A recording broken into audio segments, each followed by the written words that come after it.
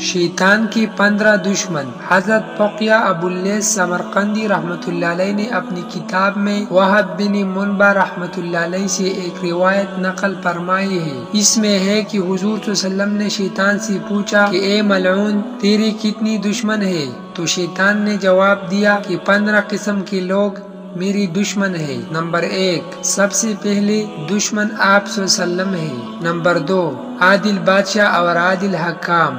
Number 3، متواضع مالدار۔ Number 4، سچا تاجر۔ نمبر 5، خشوع کرنے والا عالم۔ نمبر 6، خیرخواہی کرنے والا مومن۔ نمبر 7، رحم دل مومن۔ نمبر 8، توبہ کر کے ثابت قدم رہنے والا۔ نمبر 9، حرام سے پرہیز کرنے والا۔ نمبر 10، ہمیشہ طہارت پر رہنے والا مومن۔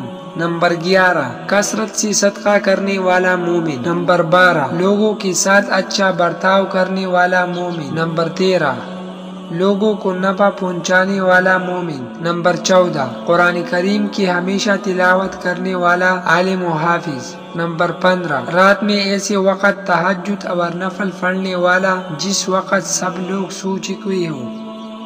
وظننت أنا أني بذلك حزت غنى فوجدت أني خاسر فتلك مظاهر